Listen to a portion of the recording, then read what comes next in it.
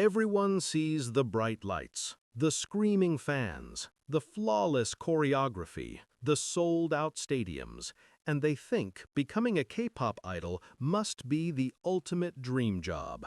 It looks glamorous, high energy, exciting, and larger than life. But the reality underneath that shine is a completely different story. The deeper you look, the more you realize this dream comes with a cost that most people would never pay. The journey starts long before the first fan chant. It begins with training. Years of training. Some idols start in their early teens, some start even younger. And once you enter that trainee system, your life becomes a cycle of vocal practice, dance practice, dieting, evaluations, and constant competition. You're living a schedule that makes professional athletes look lazy. Meanwhile, everyone else your age is living a normal teenage life, hanging out with friends, playing games, experimenting with hobbies, making mistakes. You don't get that luxury. Your childhood becomes a memory you don't actually remember. Training isn't just hard, it's relentless. Trainees practice until midnight. They audition monthly. They get graded like they're in an academic pressure cooker with no summer break. And every month is basically a survival round. You can be dropped at any time. One bad evaluation can end years of work. There's no guarantee you'll debut, even if you're incredibly talented. And if you do debut, that's when things somehow get harder. Debut doesn't mean you made it. Debut means the world is now watching your every move. You're judged on every live stage, every encore, every choreography angle, every facial expression, every interview, every shaky breath. One clumsy moment becomes a meme. One off-key note becomes a debate thread. One nervous expression becomes, "He looked sad, he looked angry, he looked tired, he must be hiding something." You basically live under a microscope held by millions of people who all have opinions, high-definition screens, and way too much free time. And the insane part is that K-pop idols don't just sing, they don't just dance, they do both simultaneously, at a professional level, for hours. K-pop concerts like Permission to Dance on Stage are proof of this. They're not performing, they're executing choreography with the kind of precision you'd expect from robots built by NASA. They're singing, rapping, dancing, sprinting from one end of a stadium to the other, interacting with fans, controlling their breathing, holding high notes, and delivering a flawless show, while wearing in-ear monitors, under hot stage lights, in outfits that are not designed for comfort, on schedules that don't include rest day. K-pop performances are physically brutal. You're doing back-to-back shows in multiple countries.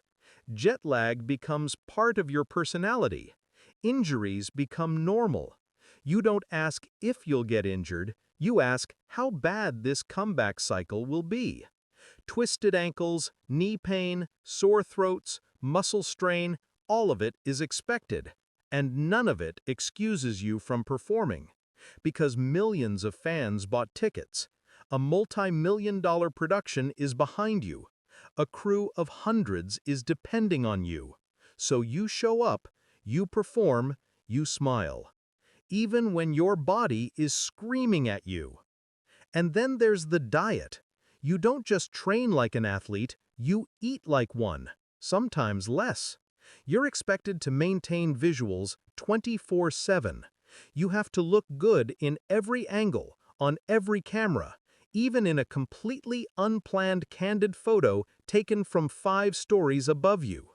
Your face becomes public property. Your body becomes a brand.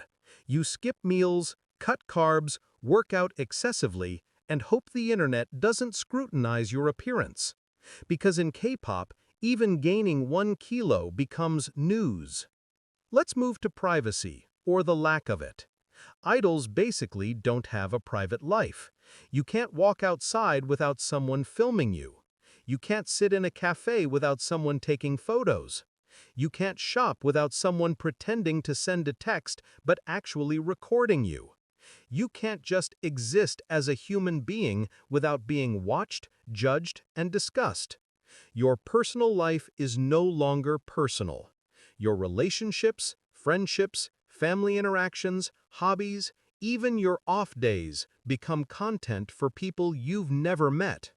Something as simple as getting a haircut turns into global debate. Something as harmless as wearing a t-shirt becomes a news cycle. And then we get to parasocial expectations. Fans love you deeply. And in most cases, it's harmless, but sometimes it becomes intense. People expect you to be their emotional support system, their role model, their comfort, their inspiration, their motivation, their everything.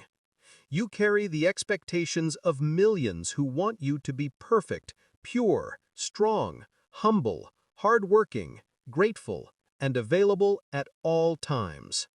You are not allowed to make mistakes, or be messy, or be complicated. You are expected to be the ideal version of yourself 365 days a year. Now let's talk schedules. What you see on stage, like in Permission to Dance on Stage, is the result of weeks and weeks of preparation. Rehearsals until 2 or 3 a.m., vocal warm-ups every day, technical rehearsals, sound checks, run-throughs, fitness training, meetings, content filming, interviews, pre-records, social media updates, and then flights. Lots of flights. The idol schedule doesn't stop, it doesn't slow down, it doesn't care if you're sick, tired, injured, overwhelmed, or mentally exhausted. If there's a comeback, you go. If there's a concert, you go. If there's a fan meeting, you go. Your life belongs to the schedule. And emotionally, you become a professional at pretending to be okay even when you're not. You smile through exhaustion. You stay cheerful when you're homesick. You perform when your mental health is in the basement. You hide stress behind makeup and stage lighting. You push through burnout because you're expected to be unshakable. Idols are trained to hide their emotions so well that fans celebrate them for looking happy even when they're breaking inside. And then there's the constant online judgment. Millions of people analyzing your every move.